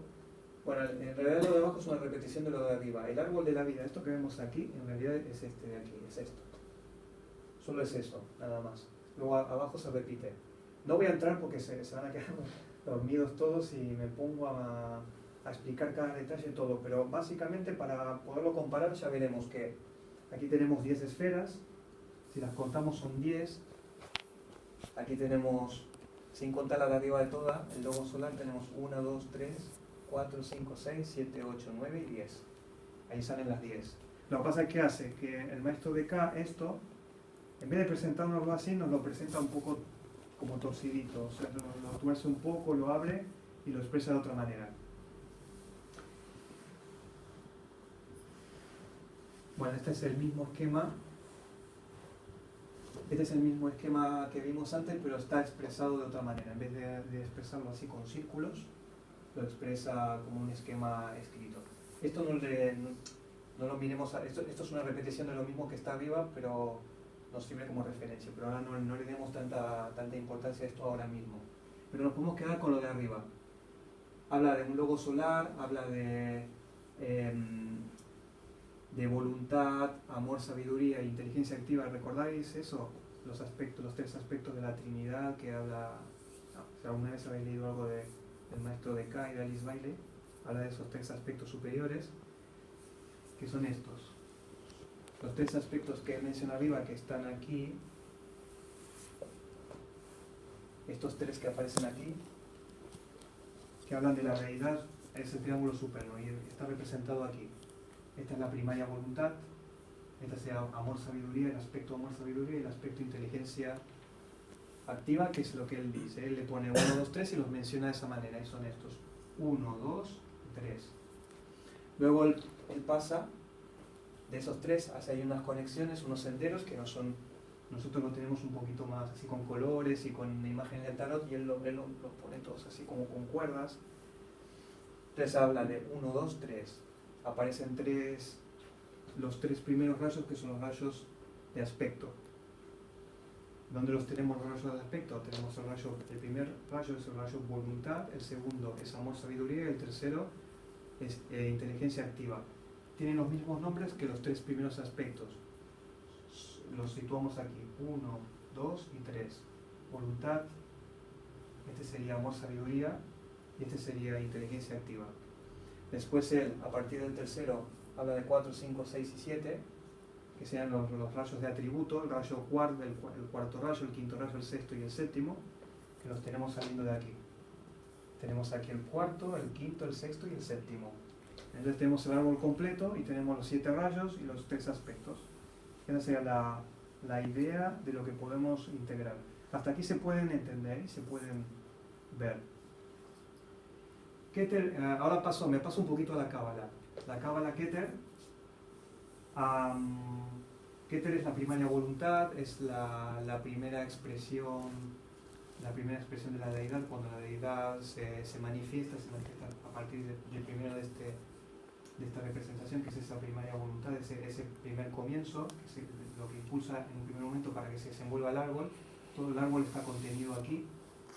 Después aquí tenemos la esfera de amor-sabiduría, que es ese aspecto que el tibetano llama amor-sabiduría, nosotros le llamamos más sabiduría, coincide el nombre, aunque él también le incluye el concepto del amor. Luego tenemos aquí el otro concepto, que es el de Binah, que es el aspecto femenino del triángulo supremo, que es la madre cósmica, que el tibetano llama el aspecto de inteligencia activa. Por las características y las atribuciones podemos entender que, bueno, él lo explica de esta manera que acabo de decir, pero cuando ahora hagamos el estudio de los diferentes rayos, veremos que a veces lo que él hace es atributos de algunos rayos los pone arriba para velar y a veces los baja. Las atribuciones de los planetas las cambia de lugar, de sendero. El maestro tibetano hace bastantes cambios en ese sentido. Luego tenemos el primer rayo. ¿El primer rayo cómo es? Cuando se dice el primer rayo, ¿qué características tiene? El primer rayo es un rayo destructor, es un rayo de voluntad. Teníamos aquí el concepto de primaria voluntad, una voluntad superior como aspecto, pero luego tenemos la voluntad como rayo. La energía de la voluntad, el propósito del poder, que es esencialmente la voluntad de la deidad. Este rayo es de tal intensidad dinámica que se llama el rayo destructor. Se nos dice que todavía no hay un verdadero tipo de primer rayo en encarnación debido a su potencia. Aquí hay una esfera que representa esa cosa fuerte y destructora, lo acabo de explicar en ese momento, y es Geburah.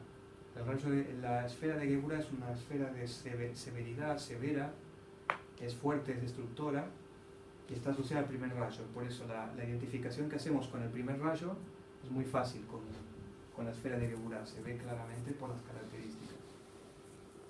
Luego pasamos a un segundo rayo. El segundo rayo es la energía de amor-sabiduría, que tiene que ver con el amor de la deidad. Está atribuido, Davat Kul, el maestro de K, Davat Kul, lo asocia al Cristo. Dicen que es la esfera del Cristo, tiene que ver con la atracción, y él le da las características que en Cábala se le dan a la esfera de Gesed, la misericordia. Como veis, él dice, el segundo rayo dice que es el de amor-sabiduría. Y amor-sabiduría, aquí tenemos, bueno, la misericordia como expresión del amor, pero también tenemos la sabiduría encima, es decir, están vinculadas. Hay una vinculación entre el amor y la sabiduría, lo cual lo que está diciendo el tibetano es que está poniendo algunas atribuciones aquí abajo, pero coincide bastante. En Cábala, nosotros el amor lo atribuimos más a esta esfera, pero y al Cristo también, lo que es la esfera del Cristo para nosotros está más asociado a esta esfera. Sin embargo, aunque Dual Kul atribuye más el Cristo a esta esfera, y como la esfera de Tiferet influye a todas las demás, podemos decir que el Cristo también la expresión del Cristo se podría asociar a más esferas o a más rayos. ¿Hasta aquí alguna cosa que queráis preguntar?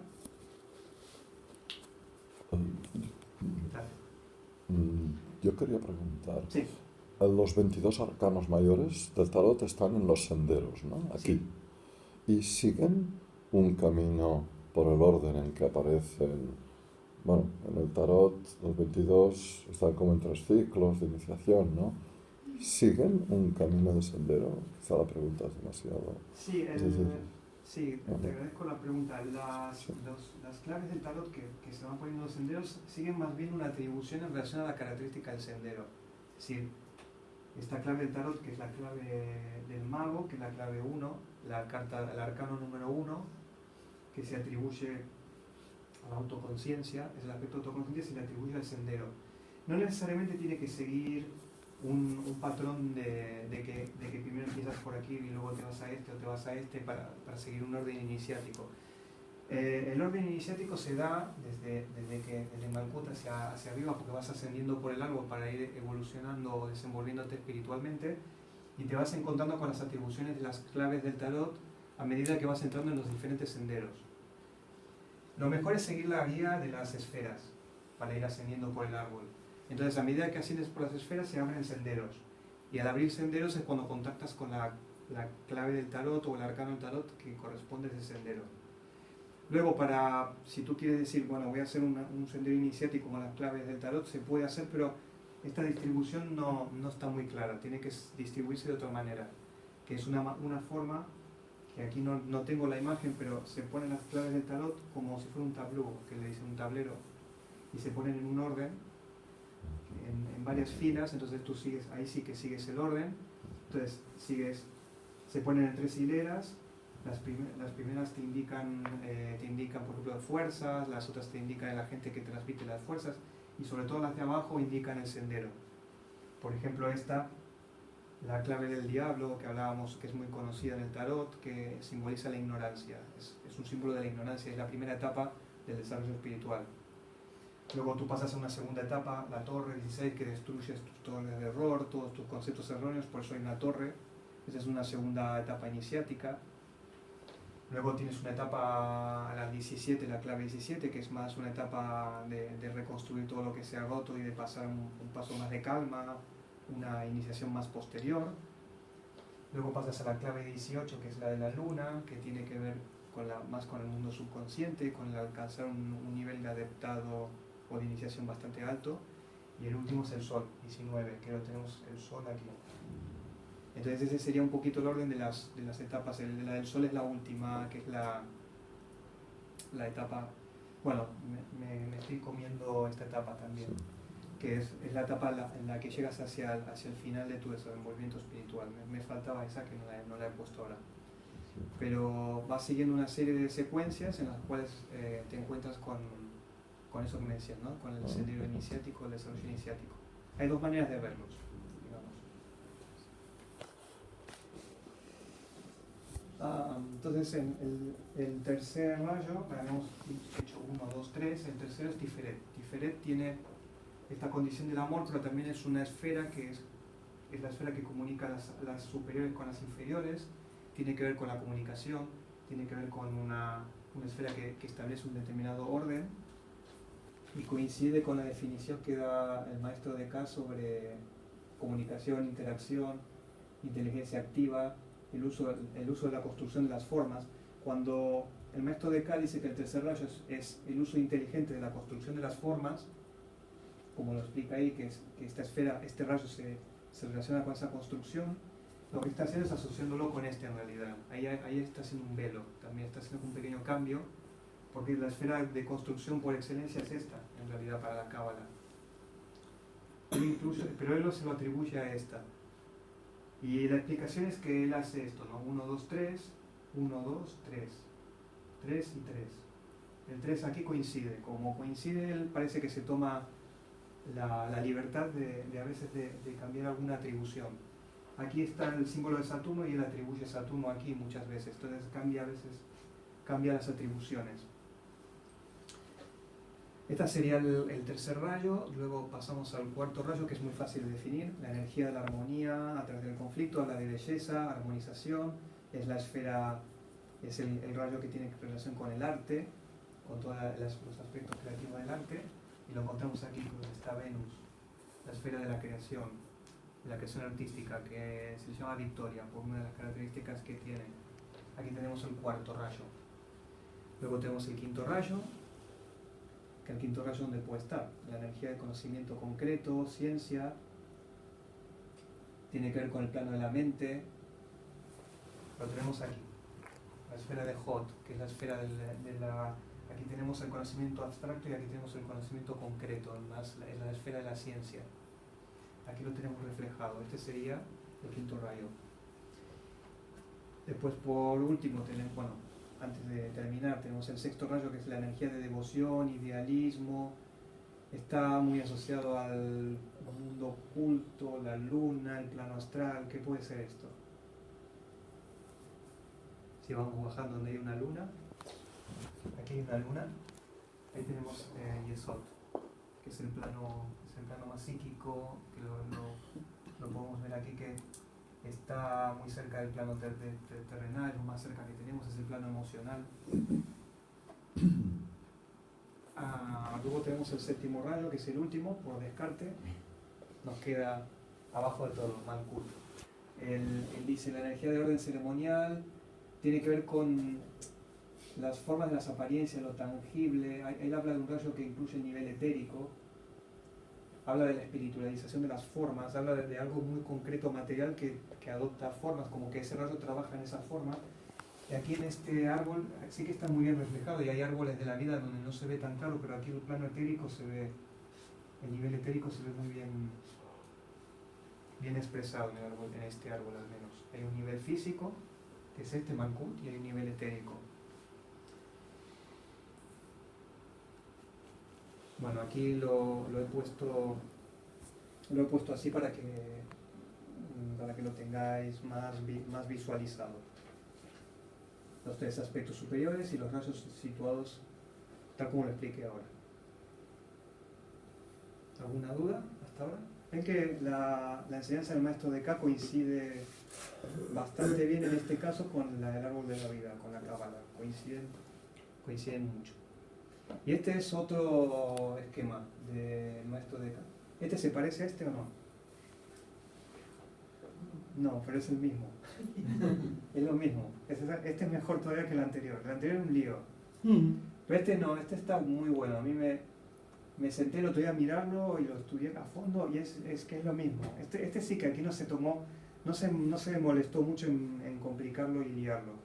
El maestro de K lo hizo, dijo, tomó esto y lo puso ahí y lo hizo así y se entiende mucho. Vamos a empezar desde abajo de todo, que es más fácil.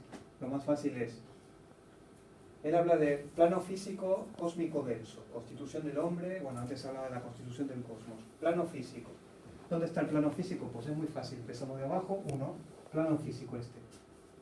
Malkut. Malkut en hebreo a veces hablamos de Kof, el cuerpo, el plano físico denso. Bueno, aquí él pone un átomo físico permanente que estaría en Malkut y habla de primer éter, segundo éter, tercer éter, líquido gaseoso denso. Bueno, eso es un lío que nosotros lo tenemos aquí ya reflejado en el aura ese pequeñito que hay ahí. Es eso, es lo mismo. Son todos los éteres que nosotros los ponemos en el árbol, en la esfera, y él los pone así. Es lo mismo. Luego pasamos al segundo plano, que es el emocional. Esto también es fácil de situar. El átomo astral permanente. ¿El plano astral cuál era? El que lo acabo de decir antes, era este. Aquí tenemos el segundo plano emocional. Es muy fácil de situar. Átomo astral permanente, él le pone estos nombres. En Cábala se le dice Yesod, se le dice fundamento, se habla de la luna, pero sería básicamente lo mismo. Y ahora empieza a venir el lío, porque ahora es cuando él empieza me cambia las cosas y ya me lío y no sé qué me está diciendo. Él sitúa la personalidad hasta aquí arriba, hasta la unidad mental. Él habla de unidad mental, ya está pasando a un nivel mental, que él le llama plano manásico. Ahora, nivel mental, ¿cuál puede ser? Hasta aquí llegamos bien, nivel mental será este, ¿no? Habíamos hablado antes de mente concreta, mente abstracta, mente concreta. Este sería el nivel mental. Pero aquí tenemos dos. Y él aquí dos no pone, ¿no? Pone una sola. Entonces yo pensaba y digo, pero ¿cómo puede ser? Me pone aquí la Cábala pone dos y él pone una, y digo, ¿cómo hago? ¿Cómo me doy cuenta de lo que está pasando? Entonces empecé a buscar, y en Iniciación Humana y Solar, en el glosario, lo dice, en el glosario de Iniciación Humana y Solar al final, que parece ser que lo saca de Madame Blavatsky. Él dice que en algunas tradiciones se ponen dos niveles dentro del nivel de la unidad mental, pero que a él le gusta más me parece mejor ponerlo todo como una unidad. Y ahí me quedé tranquilo, porque dije, bueno, claro, lo que hizo estas dos esferas las juntó, hizo una. Lo que pasa que igual no nos está liando porque cuando habla de rayos sí que las pone separadas, rayo quinto y rayo cuarto, pero cuando habla de unidad mental y él quiere hablar de nivel mental, pues te lo junta, no, en vez de separarlo, junta. Pero es lo mismo. Bueno, hasta ahí, aquí, perdón. Entonces hasta ahí me quedo tranquilo, la no manasi. Luego pasa al cuerpo causal egoico. ¿Y dónde está el ego? ¿Cuál puede ser el ego? Porque estamos en este nivel. ¿Y dónde está? Porque tenemos que entrar aquí, ¿no? A ese nivel más alto, pero ahora tenemos que ver cuál es. Bueno, primero personalidad, ¿eh? Él llama personalidad, extiende el nombre personalidad hasta la unidad mental, porque aquí él lo cerró aquí. Bueno, Alice Bailey puso la curvita aquí, mete toda la unidad mental de la personalidad, la lleva hasta aquí. Y eso coincide con la Cábala también. La Cábala dice que la personalidad está formada por el cuerpo, las emociones y el nivel mental, por lo tanto coincidimos. 1, 2, 3, 4, cuaternario inferior. Él aquí lo ve más como un ternario, porque él pone 1, 2 y 3, pero es lo mismo. El cuerpo causal egoico. Bueno, el cuerpo causal egoico, yo estuve investigando y encontré que él habla de la antakarana, que la antakarana es como una especie de arco iris que conecta el nivel búdico con el nivel superior, con el nivel más mental, entonces, y él lo explica en el glosario. Bueno, lo leí muy así, entonces dije, ¿y dónde hay un arco iris aquí? En el árbol de la vida hay un arco iris. Entonces empecé a buscar y aquí hay uno. Entonces ahí está la antakarana, claro. Él lo pone en el mismo lugar. Él habla de la antakarana por aquí y en el árbol de la vida está aquí. O sea que coincide también bastante. Lo que pasa es que él lo pone un poquito más abajo porque el arcoíris aparece dentro de una clave del tarot donde hay un arcángel. Y el ego superior, que dice aquí el ego o cuerpo causal o egoico, habla de un ego superior, no habla de un ego, el ego no habla de la personalidad, sino que habla de un ego superior. Bueno, el ángel solar, que está representado aquí como que el maestro de K muchas veces habla de ángel solar como asociado al ego superior, pues podría estar asociado a esta clave del tarot. Entonces nos estaría hablando de que él estaría haciendo referencia cuando habla del cuerpo causal o egoico a este aspecto, aquí, sobre todo abajo de Tiferet, puede estar hablando de esto. Y luego dice mente, átomo mental permanente, y está hablando de un átomo que ya pertenece a la tríada espiritual, ya va a un nivel más alto. ¿Qué esfera puede ser esta? Que está por encima del arco iris. ¿Ahí se ve bien? Sí. Esta esfera que está en la parte de arriba, ¿cuál es la esfera más inmediata?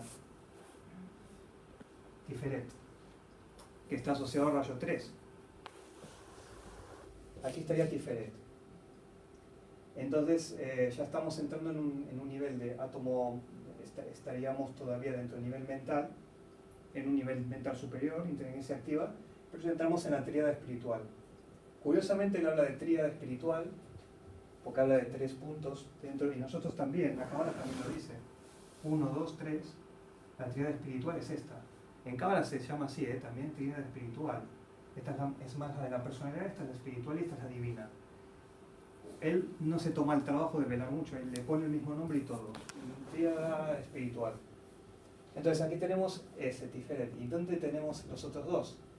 Que tienen que ser estos. ¿Se acuerdan de este que era? Voluntad. Y este era más amor, sabiduría. ¿Y aquí dónde está la voluntad? ¿Dónde está la voluntad? Ahí. Y aquí, átomo búdico permanente, intuición. Aquí no aparece nada que diga amor, sabiduría, pero sí que habla de búdico y habla de intuición. ¿Y dónde vemos la intuición? Bueno, esto yo ya me lo sé, pero bueno. La intuición se atribuye mucho a este sendero y está aquí. Esto sería el aspecto más búdico, que es el que hablábamos antes de amor, sabiduría. Por lo tanto, Gesed es este. Y este tiene que ser, perdón, este es Geburah, Gesed tiene que ser este. Y este tiene que ser Geburah. O sea, este sería este y este sería el azul. Entonces tenemos que dentro de lo que sería el plano átmico, que él le pone estos nombres, dentro de lo que es la tríada espiritual, tenemos las 3 esferas. ¿Qué es lo que ha hecho el maestro de K? Pues torció el triángulo, este lo subió así, este lo bajó un poco, este lo movió por aquí y nos torció todo. Entonces lo lía porque le gusta liarlo, pero lo que ha hecho simplemente es torcer el triángulo, nada más. Y es muy fácil, hacemos 1, 2, 3, 1, 2, 3. Este 1 corresponde a este. Este 2 que está aquí corresponde a este porque hacemos 1, 2, 1, 2, 3. 1, 2, 3. Este 3 corresponde con este 3 y aquí él lo hace lo mismo. Aquí pone 1, 2 y 3. Este 3 coincide con este 3, que es actividad. Este que se llama 1 coincide con voluntad, que es el 1, y este que es el número 2 coincide con este 2, que es sabiduría. Y ahí tenemos esta relación que decíamos ahora. Este con este con este, y este con este, y lo he liado todo, ¿no? Pero bueno, ven que el esquema coincide. Lo que él ha hecho es torcer el triángulo, lo ha torcido. Ya está. Y ya tenemos todo completo. Y después el plano divino, el más alto, ya lo ponemos muy por encima de los tres aspectos, porque actividad, voluntad y sabiduría. Actividad, voluntad y sabiduría es el triángulo superno, y aquí tenemos el arriba de todos, que es el plano divino, que en Cábala es Ein. Ein Sof Or, que significa la nada. Tiene traducciones como estas que hablan de la deidad en su estado más abstracto, más abstracto, sí. De tiempo estoy bien, ¿no? Bueno, para terminar, bueno, aquí hay traducciones de lo mismo que acabo de decir.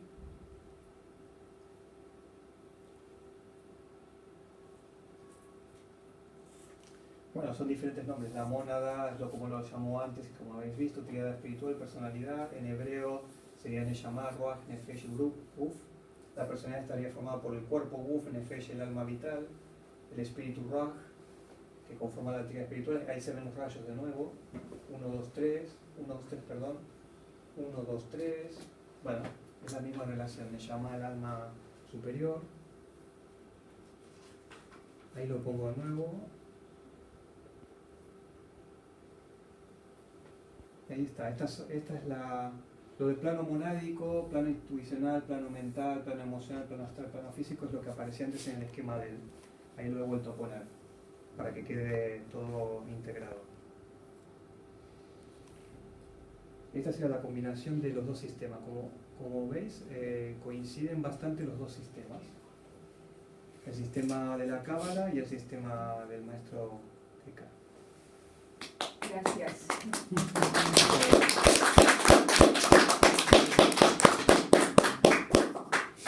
Bueno, si queréis hacer algunas preguntas, tenemos un momentito, pero no sé hasta qué hora, porque si os tenéis que ir o... Sí, los que estamos fuera, los que vivimos fuera. Bueno. Gracias. No, vale, nada. Bueno, si hay los que quieran hacer alguna pregunta más, y si no, ya... O sea, en realidad, por ejemplo, lo que es el árbol, tú puedes hacer tu propio árbol, ¿no? Si quisieras. Me ¿En qué refiero sentido? o sea, por ejemplo, el señor Descartes, ¿no? Sí. Tiene su árbol. Este es otro árbol. Pero si tú quisieras, pudieras hacer tu árbol. ¿Pero en relación a tu propia personalidad, te No. refieres? No, inventarte uno. Inventarte uno. O sea, me refiero a que esto se puede inventar. Yo creo que se tiene que ser iniciado o tener un nivel de maestría. Sí, para, bueno, claro, a yo no me estos atrevería. niveles, pero me refiero que, Claro. que está abierto, ¿no? Sí, es dinámico, es una cosa muy abierta, muy dinámica, que con los años va cambiando, porque este es un modelo actualizado, muy actualizado por un maestro. Ese maestro que está ahí lo actualizó, el maestro R, que se llama maestro Rakoczy. Él actualizó el árbol este y lo transmitió a Paul Foster Case, y de Paul Foster Case nos llegó a nosotros. O sea, es un árbol actualizado, pero hay árboles antiguos que sí que ha mutado un poco la idea ahí, ha habido cambios. Por lo tanto, nosotros, si alcanzamos un nivel de maestría como el de él, o el de él, que nos falta un poco, a mí por lo menos me falta bastante, quizá puedo crear un árbol nuevo y actualizarlo, pero claro, yo no me atrevo. Es una cosa muy... sí que se puede conocer a fondo y estudiar y todo, pero esto es muy complejo. Hay que vivirlos además, si se puede. Cada esfera hay que realizarla. Cada esfera tiene una realización en uno. Cuando uno medita, como que me preguntabas antes si se puede, si esto es práctico, hay meditaciones que son para incorporar el árbol en uno mismo. Entonces, cuando uno incorpora un árbol, uno trabaja con las esferas, trabaja con las energías, supone que uno tiene que ir transformándose a sí mismo para poder alcanzar diferentes niveles de este árbol. Este árbol somos nosotros, pero también indican un camino, un poco lo que explicaba antes de las cartas del tarot. Pero nosotros empezamos por aquí, luego seguimos tenemos que tener primero realización del nivel de Malkut, por ejemplo, primer nivel iniciático. Superar la ignorancia de un montón de aspectos de nuestra vida, tratar de trascenderlas, saber manejar todo lo que son los niveles económicos, los niveles del cuerpo, físico, todo eso hay que trascender y hay que tratar de integrar las características de esa esfera. Esa esfera tiene una frase arquetípica que dice el reino... me sale la frase de Jesús, pero el reino del Espíritu está incorporado en nuestra carne, dice, ¿no? La frase arquetípica. Jesús dice, el reino de los cielos está en vosotros, decía Jesús, que es una frase que se asemeja mucho. Es eso es lo que significa estar en realización de esa esfera, que es una esfera compleja en sí y tiene mucho esta esfera. Y es la que nos toca vivir ahora en gran parte, porque nosotros tenemos que tener realización de la primera para luego seguir ascendiendo al árbol y llegar a esta, que esta es la fusión con la deidad, bueno, es convertirse uno en la deidad, uno formar parte de la deidad, bueno, uno ya es la deidad, pero es acabar de tener realización de eso y ser uno, ¿no? Pero esta esfera tiene los 4 elementos, tiene un montón de colores y de energías mezcladas, porque hay colores. Los colores indican rayos que están combinados con otros, hay nivel emocional, el cuerpo físico tiene nivel emocional, aunque no lo parezca. Nivel emocional, nivel mental, hay influencia del nivel mental en el cuerpo, todo eso hay que trabajarlo, entonces se tiene que tener realización y así vas ascendiendo, realización de diferentes esferas hasta que alcanzas el nivel superior. Entonces cuando ya tienes un nivel por aquí, creo yo, más de maestro de sabiduría como yo, sí que se pueden crear árboles, integrar sistemas, crear una religión nueva. Hay un montón de cosas que en nuestro nivel es más difícil porque claro, nos falta tener... Claro, yo recién estoy aprendiendo por aquí a tratar de resolver mis problemas en el plano material. ¿Te imaginas lo que debe ser crear un árbol nuevo para mí, por lo menos, ¿no? Me voy por aquí arriba Porque veía que tenía el suyo, es lo que sí, haría, claro, digo, a lo mejor es que uno puede ir haciendo, voy a hacer mi árbol, ¿no? Sí, pero sí que se puede usar el árbol para uno mismo interpretarse a sí mismo. El árbol sirve para interpretar de todo. Puedes sobreponer el árbol a un montón de situaciones. Si tú tienes una empresa, pues puedes interpretar el funcionamiento de tu empresa en base al árbol, o un partido político, un país, un cómics. Es muy fácil ver una película de superhéroes, ven Superman, habéis visto la Liga de la Justicia, pues Superman es Gesed y Batman es Geburah, se nota mucho. Batman tiene rasgos de Geburah porque es justiciero. Uno de los nombres de severidad es justicia, significa. Otras las traducciones. La justicia, Batman es el justiciero por excelencia. Superman es más gesédico, es más misericordioso. Bueno, luego mató a uno en la última película, en las últimas mató a uno, le cortó la cabeza, ¿no? Luego rompió la cabeza a uno. Pero bueno, porque a veces se igualca más para Geburah, pero quiere decir, los superhéroes incluso por los rasgos, por dar un ejemplo de los cómics, se pueden situar en diferentes árboles. Las mitologías también. Las mitologías de la antigua Roma, del antiguo Egipto, de las sagas nórdicas, todo se puede situar en un árbol. Hay atributos de los dioses que se pueden situar. Se puede aplicar a un montón de cosas, situaciones de la vida también. ¿Te pasa algo? Pues ¿de qué esfera me sitúo para interpretar lo que me ha pasado? Lo que quieras. Ahora no hay tiempo porque es muy tarde ya, creo que me extendí mucho, pero podemos hacer ejercicios también de jugar a... Bueno, pues ven otro día. Sí. Una preguntita breve es, cuando has hablado de los números asociados a las letras, Sí. del 1 al 10, a partir de 10, ¿son en base 10 también? Las sumas, que sean las sumas 20, 40, 2, 5, es decir, de cada una de las letras, cuando hemos visto, ¿son dentro de la base 10? Sí, no pasa por... Porque aquí hay 10 esferas y luego cambian de orden, 20, 30. Sí, más o menos siempre es así. O sea, me refiero a las letras, en el sentido de la gematría, porque luego del 1 al 10, del 10, 20, 30, 40, 50. Sí, son décimas. Luego cambia a 100, 200, 300, sí, tiene esta base. Por tanto, Que el hebreo también es decimal. Luego aquí no están tanto en el 10, porque es del 1 al 10, pero luego va a seguir por los senderos, sendero 2, o sea 10, 11, 12, 13, 14, 15, o sea que después eso, la secuencia... Los senderos tienen números aquí, claro, los senderos. Los senderos tienen números también. Bien. Claro, cuando cuentas hasta 10, luego vas a 11, 12, 13, y ahí ya me lío, el 14, 15, que hay que restar, sumar, bueno. Pero fantástico. Los caminos del Señor son inescrutables. Inescrutables, sí. Una pregunta, es que voy a decir, pero me quedaba con la pregunta de, ¿la cábala comprende que, aparte de estar en este nivel terrestre, nuestra conciencia puede estar actuando en otros niveles a la vez? Sí, porque tú tienes todo el árbol dentro tuyo, o sea, todo el árbol, incluso el superior, nivel superior, y se dice que la humanidad tiene acceso, que los ángeles no. Los ángeles no tienen ese privilegio, pero la humanidad tiene el acceso directo a la deidad, no tiene intermediario. Tú desde el nivel donde estás llegas a la deidad siempre.